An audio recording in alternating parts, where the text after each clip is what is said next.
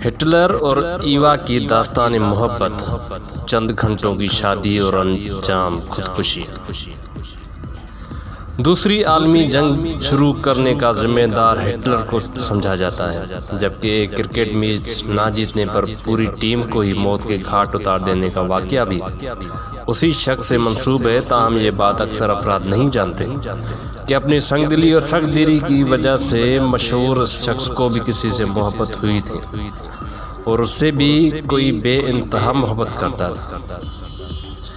Eva brown नामी लड़की जो 6 सितंबर 1912 को म्यूनिख में पैदा हुई, एक मुसव्वदा तबके से ताल्लुक़ रखती थी। ईवा पढ़ाई में ज़रूरी म्यानी सतह पर थी, मगर तैराकी और मुख्तलिफ खेलों के मुकाबलों में वो अव्वल आती थी। ईवा 17 साल की उम्र में हिटलर के सरकारी फोटोग्राफर के यहाँ बतौर असिस्टेंट फोटोग्राफर काम करने लगी। उनकी हिटलर से मुलाकात भी स्टूडियो में अक्टूबर 1929 को हुई, जब ईवा की उम्र महज 17 साल थी और हिटलर 40 साल का था। ईवा तो हिटलर से मिलते ही उनकी दीवानी हो गई थी, जबकि दूसरी जानिब हिटलर भी कुछ ऐसा ही महसूस कर रहे थे। ईवा और हिटलर ने इब्तिदा में अपनी दोस्ती को छुपाए रखा, क्योंकि हिटलर को महसूस होता था कि अगर खवातीन वोटर्स को इस बात का पता लगा तो शायद उनका वोट में कमज़ोर हो जाएगा। कहा जाता है कि मोहब्बत छुपाए नहीं छुपती। उनकी दोस्ती के कुछ अरसे बाद ही लोग उनके बारे में बातें करने लगे।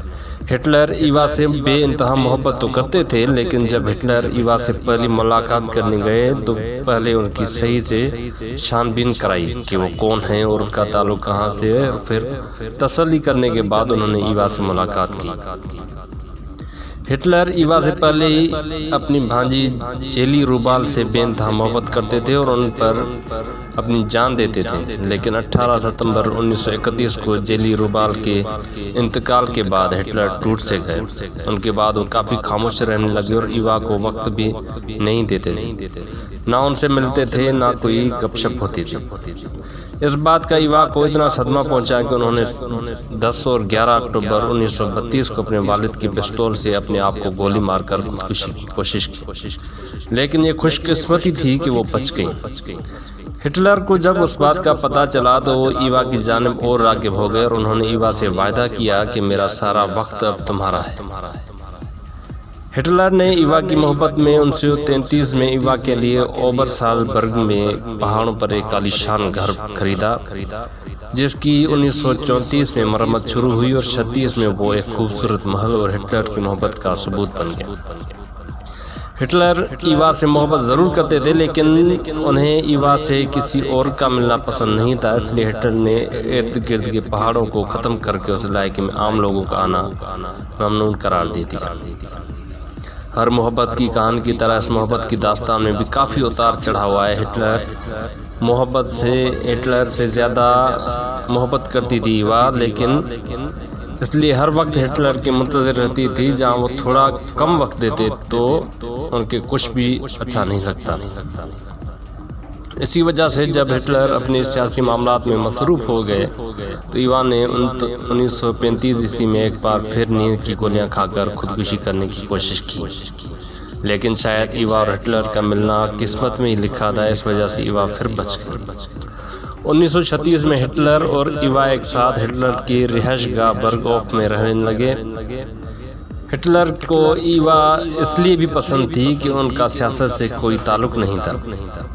जब हिटलर मसरूफ़ होते और ईवा से दूर जाते तो ईवा हिटलर को ख़त लिखती थी, जिसके ज़रिए दोनों एक दूसरे से बातचीत करते थे।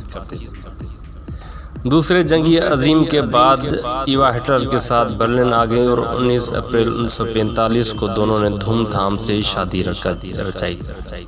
लेकिन 30 अप्रैल 1945 को जब सब लोग ईवा और हिटलर की शादी का जश्न मना रहे थे, उस वक्त 3 बजे के करीब एक गोली की आवाज़ सुनी गई जो ईवा और हिटलर के कमरे से आई थी। जब उनके कमरे में जाकर देखा गया तो पता चला कि ईवा जहर खाकर मुर्दा पड़ी हुई थी और हिटलर ने खुद को गोली मार ली थी। इस तरह ईवा ने महज 33 साल की उम्र में और हिटलर ने 56 साल की उम्र में अपनी जान दे दी। ईवा और हिटलर की शादी तो कुछ घंटों की थी, लेकिन उनकी मोहब्बत हमेशा के लिए अमर हो गई।